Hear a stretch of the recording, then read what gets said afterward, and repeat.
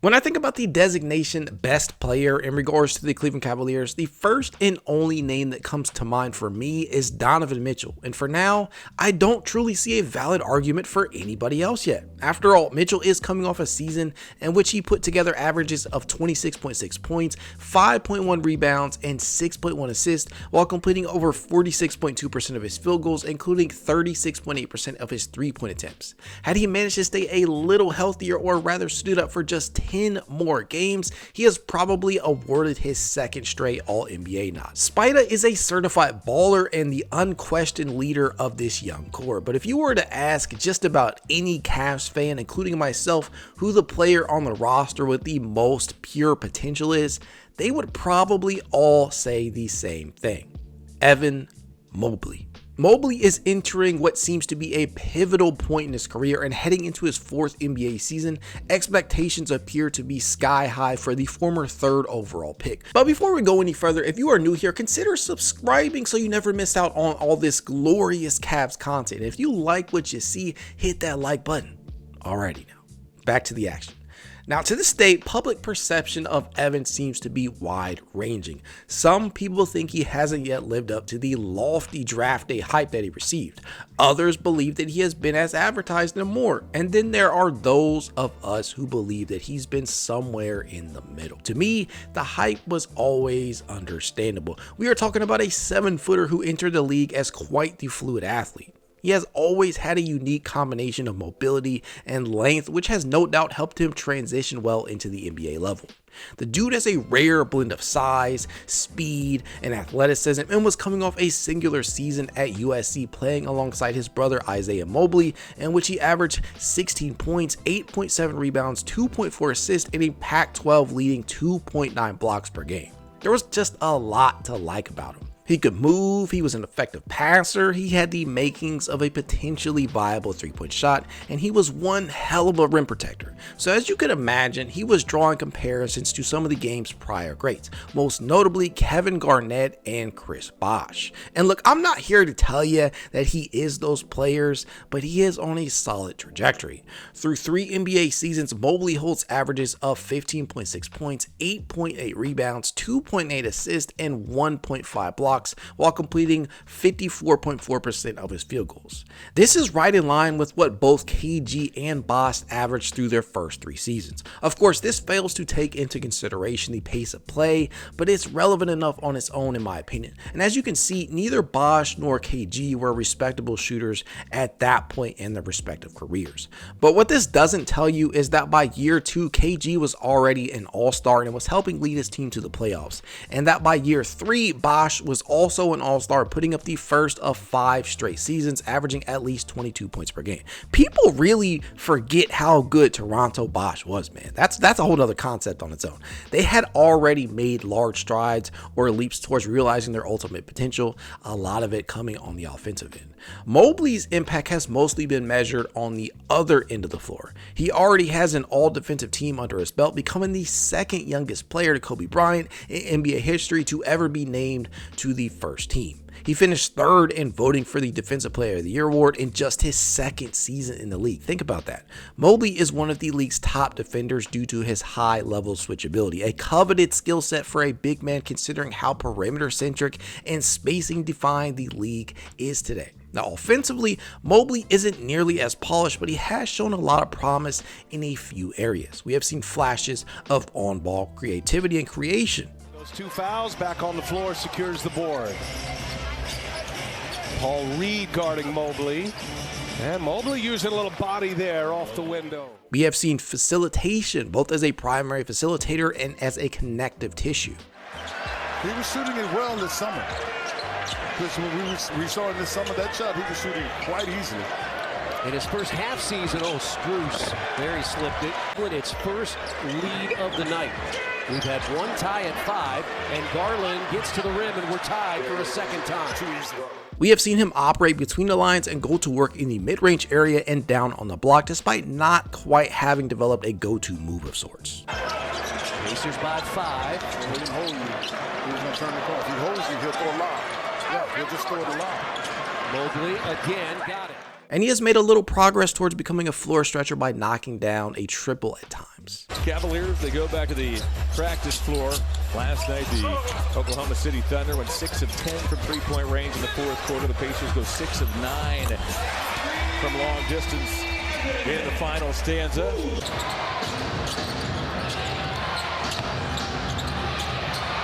Reggie with the Spurs camera crew took the brunt of that one.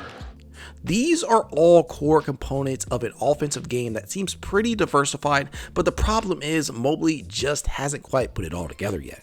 He hasn't been given a ton of on-ball opportunities. He was in the 37th percentile in isolation and had a 1.78 assist to turnover ratio this past season.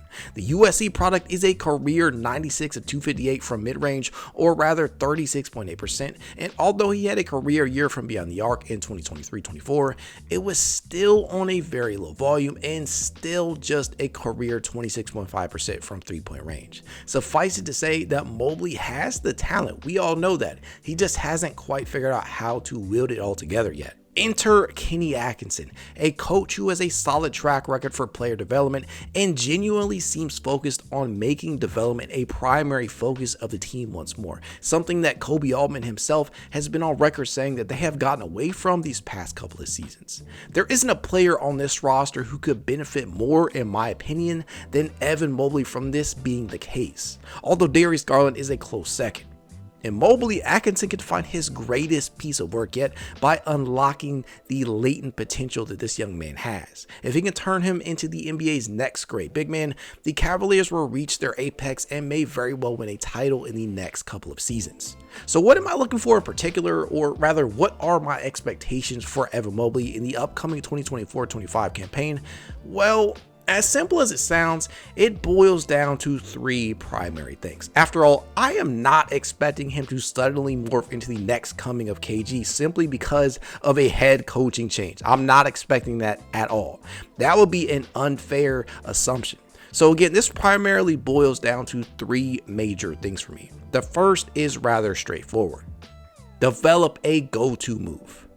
Evan Mobley can no longer receive the ball down low without a plan. He must work on hammering out a tried and true go-to move down in the post. Drop steps, dribble drops, up and unders, quick spins, fadeaways, dream shakes, baseline jumpers or shot fakes and step throughs. All of these are golden. Mobley needs to add a few to his repertoire. Far too many of his turnovers over the years have been the result of no real plan down low. With his 7-foot height and 7'4" wingspan, he has the size advantage to go over the top of his defenders at times. He must use that to his advantage. Adding weight would assist in that, and I am totally expecting this to begin showing this year. He's got to get to work on it. The next is also pretty straightforward as well. I expect Mobley to be much more assertive this upcoming season. I need Mobley to straight up call for the ball. I need to see that. He has got to be more assertive in demanding the ball from the guards. When he has a clear opportunity to create his own shot or drive, instead of immediately looking to pass, I expect him to have the confidence to actually create that shot or drive to the cup. Take your opponent off the dribble, dude.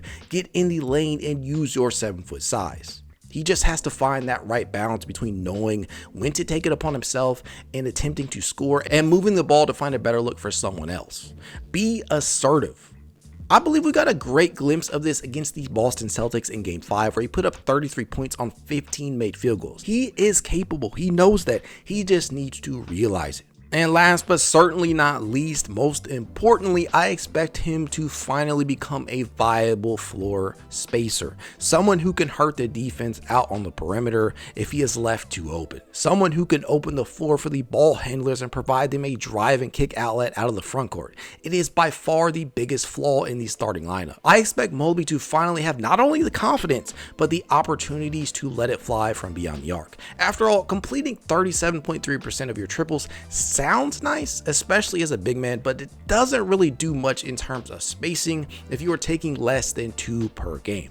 Mobley has taken no more than 1.3 in any of his first 3 years in the league. He's got to get the attempts up, and I think that with an increase in pace, he should be able to get up around 3 per game. There is reason to believe that he will have a solid chance to do this, too, considering that Kenny Atkinson led teams have finished in the top 5 league-wide for 3-point attempts per game in each of his 4 seasons at the helm. And his teams have never ranked lower than an 11th place finish in terms of pace either. He will get this roster on the move in ways that we did not see under previous coach JB Bickerstaff. And if you need a player example, somebody to look towards, look no further than 2016-17 Brook Lopez, who attempted 5.2 triples per game after taking 0.2 the previous season. Let that sink in. I am not kidding. This man took 31 attempts over the course of 8 years, only to completely alter the course of his career by taking 387 in year 9, making what I would consider a respectable 34.6% during that span, considering that volume.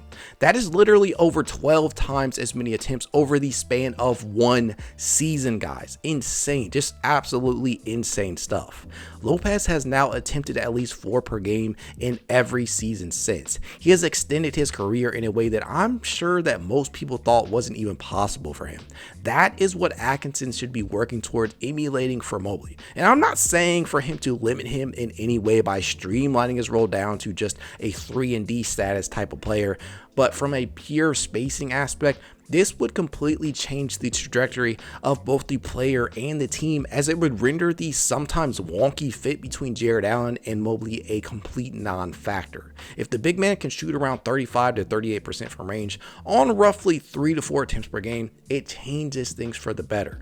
Those are my primary expectations for him. I also expect him to become an even better offensive rebounder after finishing the season ranked 38th in that category with 2.2 offensive rebounds per game. That will create extra possessions for the Cavs, and who doesn't love those? That, in addition to continuing his upward trajectory as a passer, he has managed to elevate his assists per game every season now. And at the end of the day, I'm not necessarily looking for a particular statistical benchmark, but I would love to see him put up something close to 19 points per game, 11 rebounds, 3.5 assists, while making about 56% of his shots, including the aforementioned 35 to 38% from 3-point distance on good volume. I fully expect Evan Mobley to hit on a lot of these, but time will tell. Patience is still needed. If you want to support the channel in a small but helpful way, consider becoming a member over on Patreon. Go Cavs.